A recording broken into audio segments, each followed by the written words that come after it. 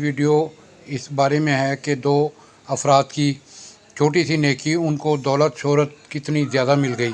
پہلی افغانستان کے میں ایک امریکی یونٹ کی ٹرانسفر ہوئی، اس میں ایک فوجی کے بیٹے نے اس کو خط لکھا جو 7-8 سال کا تھا کہ آپ کی ٹرانسفر کے فوراً بعد امی اپنے بوائے فرینڈ کے ساتھ چلی گئی اور اب میں روزانہ اسکول بغیر ناشتے کے جاتا ہوں۔ راستے میں ایک کنٹین ہے، اس کنٹین سے میں پانی پیتا ہوں۔ اب اس کنٹین کی جو ویٹر خاتون ہیں انہوں نے مجھے میری داستان سنی اور مجھے مفت ناشتہ کروانا شروع کر دیا ہے۔ اس کا کنٹین کا نام یہ ہے، خاتون کا نام یہ ہے۔ یہ بات اس فوجی نے اپنے افسر کو بتائی کہ اگر میں یہاں پر ہلاک کر دیا جاؤں، مارا جاؤں، تو آپ نے میری طرف سے اس خاتون کا شکریہ ادا کرنا ہے، اور اگر میں زندہ رہا تو میں خود اس کا شکریہ ادا کروں گا۔ اتفاق سے وہ آدمی مر گیا۔ اس کچھ 2-4-6 مہینے بعد وہ فوجی افسر امریکہ واپس گیا تو اس نے اس کنٹین پر جا کر اس خاتون کا شکریہ ادا کیا، سلوٹ مارا۔ کچھ اور فوجی بھی تھے اس کنٹین میں۔ کچھ لوگوں نے یہ ویڈیو بنائی اور سوشل میڈیا پر ڈال دی۔ سوشل میڈیا سے اس کی شہرت پورے امریکہ میں پھیل گئی۔ لوگ اس سے ملنے کے لیے آنے لگے، اس کنٹین میں آتے تھے، چائے وغیرہ پیتے تھے، کھانا وغیرہ کھاتے تھے۔ اس کا کاروبار بڑھ گیا۔ کنٹین کے مالک نے اس خاتون کو پارٹنر بنا لیا اور اس کنٹین کا نام بھی اس خاتون کے بارے میں رکھ دیا۔ اس لڑکے کے بارے میں یہ اور بتا دوں کہ 3-4 دن وہ صرف اسکول جاتے میں اس کنٹین سے صرف پانی پیتا تھا۔ اس کے بعد جب اس نے اس خاتون کو بتایا تو اس نے اس کو مفت ناشتہ بھی دینا شروع کر دیا۔ مالک نے کہا کہ یہ کوئی خیراتی ادارہ نہیں ہے۔ اس خاتون نے کہا کہ آپ میری تنخواہ سے کاٹ لیا کریں۔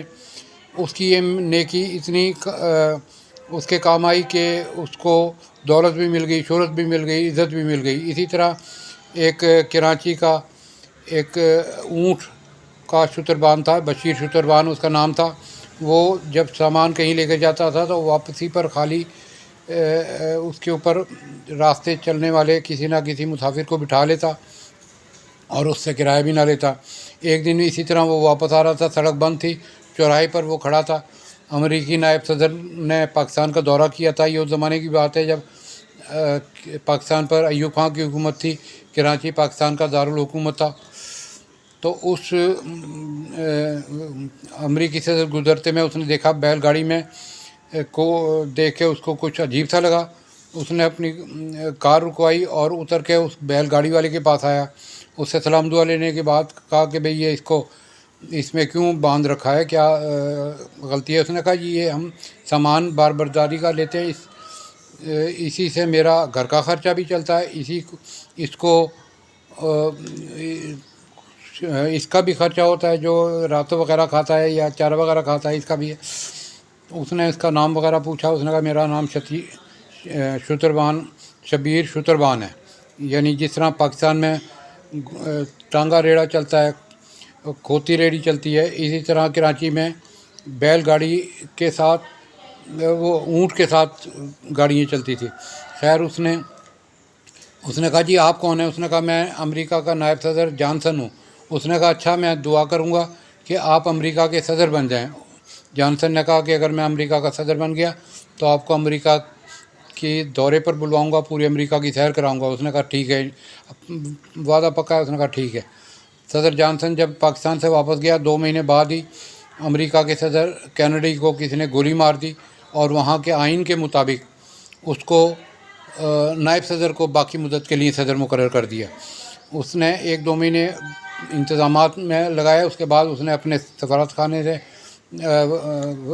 خارجہ امور کے وزیر کو کہا کہ پاکستان میں فلانا آدمی کو بلاؤ، اس سے میں نے وعدہ کیا تھا۔ امریکی سفارت خانے نے پاکستانی حکام سے کہا، انہوں نے اس بشیر شتربان کو ڈھونڈ کر اس کو شیروانیاں بنوا کر دیں اور اس کو کچھ تھوڑا بہت کھانے پینے کی طریقہ سکھایا ہے کہ بھئی روزانہ تم نے نہانا بھی ہے، صاف ستھرا رکھنا ہے۔